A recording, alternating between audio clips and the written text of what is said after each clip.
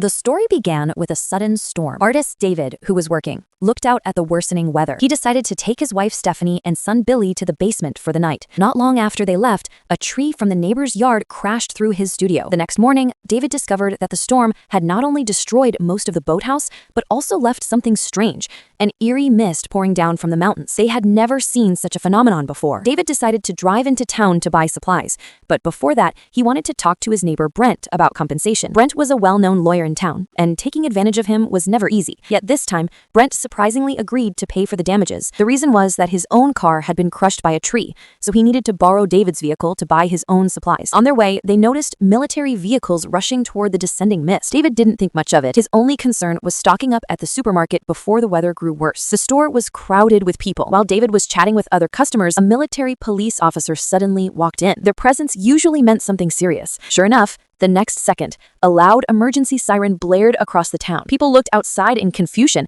not knowing what was happening. At that moment, a panicked local man named Dan, blood on his face, burst into the supermarket and frantically warned everyone that something terrifying was hiding in the mist. David's son, Billy, was terrified, urging him to go home immediately. The customers turned to look outside, only to see the mist rapidly engulfing the area. A man tried to escape by car, but before he could open the door, the fog swallowed him whole. A moment later, his agonized screams echoed back. The supermarket mechanic, Jim, panicked and slammed the door shut. Soon, the store was completely covered by the mist. Some guessed it might be a chemical leak from a nearby plant, but the emergency sirens suddenly stopped and the ground began to shake violently, as if a colossal creature was striding past overhead. When the rumbling finally ceased, everyone started to believe Dan's story and decided to remain inside the supermarket to wait for rescue. During the commotion, one distraught woman insisted on getting home to her children. When nobody dared to accompany her, she went alone into the mist. While the group sheltered inside, the store's generator malfunctioned. A young bagger named Norm volunteered to go out through the loading bay to clear the clogged vent, despite David's warning that it was dangerous. As soon as Norm opened the door, a thick tentacle whipped inside, seized him, and violently dragged him into the mist, horrifying everyone. David and a few others managed to slam the door shut, but Norm was gone, presumed dead. The witnesses were shocked, while others refused to believe what they hadn't seen. David and Ollie explained the attack, but only a few believed that deadly creatures lurked outside. Brent Norton and others dismissed it as mass hysteria. The believers decided to take precautions. They fortified the storefront with heavy pet food and fertilizer bags, sealed the gaps with tape, and made improvised torches to defend themselves. Brent Norton still scoffed at the danger. Convinced that everyone was overreacting,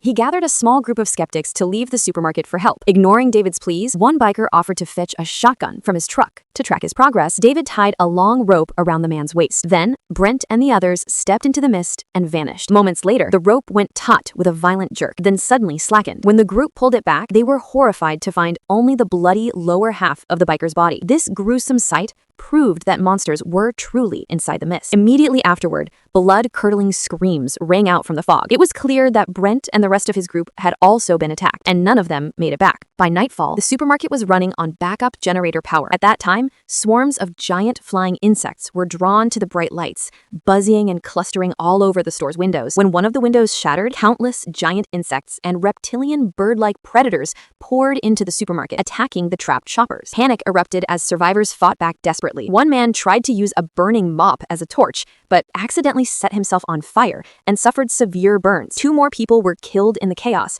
including a young cashier named Sally, who was stung by a giant bug and died from its venom. Through all the madness, Mrs. Carty cowered in a corner, muttering prayers without pause. Amazingly, she came out completely unharmed, even when a giant insect landed on her before flying away without touching her. Many survivors took her survival as a divine sign. Her credibility grew, and more frightened people began to listen to her frenzied preaching. After the horrific attack, calm individuals like the elderly teacher Irene tended to the wounded. Meanwhile, Mrs. Carty grew louder, declaring the mist to be God's punishment and insisting that Judgment Day had come. She hinted that only human sacrifices could appease God and drive the mist away, an idea that horrified David and the rational survivors. As fear deepened, more and more people started following her. Even those who once doubted her, like the mechanic Jim, gave in and joined her cult-like circle. Among the survivors was a badly burned man who urgently needed medicine. David decided to lead a small team to the pharmacy next door for supplies. He chose Ali, Dan, Irene, and several other men to accompany him. The group dashed through the fog into the pharmacy, where they found sticky web-like strands everywhere and bodies cocooned by creatures. Suddenly, spider-like monsters the size of dogs attacked, spraying acidic webbing. 2 men were killed. One's leg was horribly corroded by acid,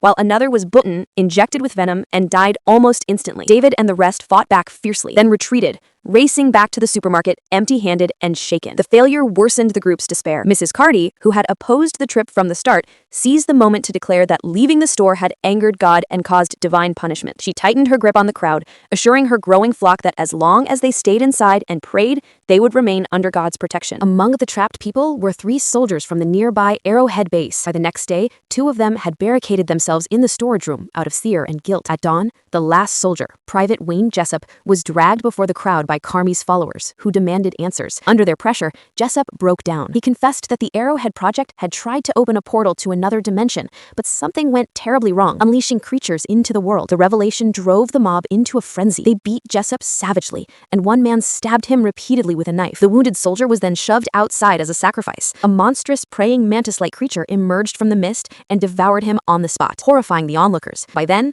Mrs. Carmi had complete control over most of the survivors. David realized that if he stayed any longer, he and his friends would be the next sacrifices. At first light, he secretly prepared to escape with his son, Billy, Amanda, Irene, Dan, Ollie, and a few others who refused to join Carmi's cult. But when they tried to leave, Carmi and her zealots blocked the exit with knives and weapons. Carmi shrieked that Billy and Amanda had to be sacrificed next and that the others should be killed as well. As her followers closed in, Ollie pulled out the revolver Amanda had given him earlier and shot Carmi twice, killing her instantly. Her corpse fell to the floor and her stunned followers froze as if waking from a nightmare. They backed away in silence and scattered, leaving a path clear for David and his group to escape through the supermarket's front doors. David and his group dashed into the mist-covered parking lot, racing toward his SUV.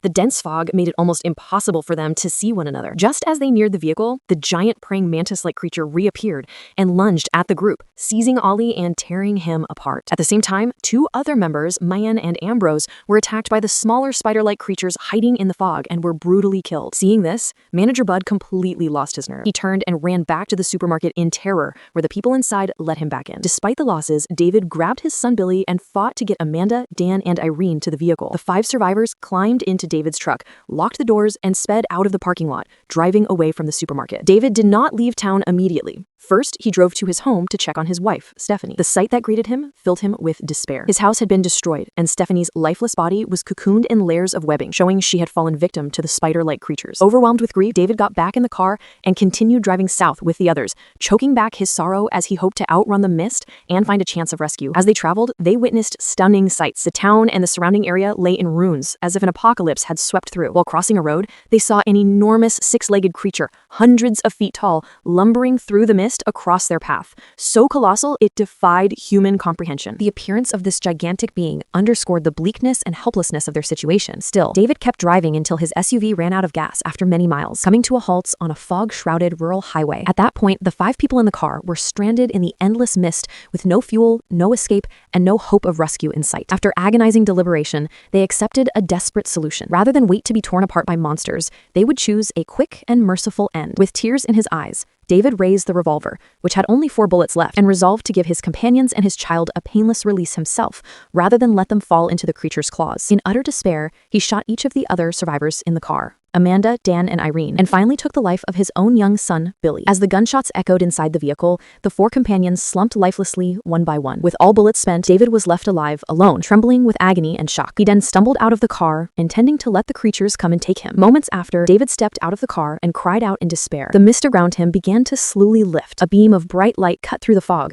as the vague shape of an armored tank came into view, accompanied by the rumble of engines and the clinking of treads, breaking the silence. As the mist cleared, a U.S. Army armored convoy appeared on the road. Tanks and armored personnel carriers rolled forward, and soldiers used flamethrowers and weapons to burn away the spiderweb and shoot the remaining creatures, gradually retaking control of the area. David watched the military move past in stunned disbelief. He saw that the soldiers' trucks were filled with survivors, including the same woman who had left the supermarket alone at the start of the disaster to find her children. In that instant, David was struck by a cruel realization. Had they held out for just a few more minutes, everyone would have been saved, and he had just killed his own son and friends moments before help arrived. Upon this realization, David collapsed to his knees, overwhelmed by immeasurable guilt and despair.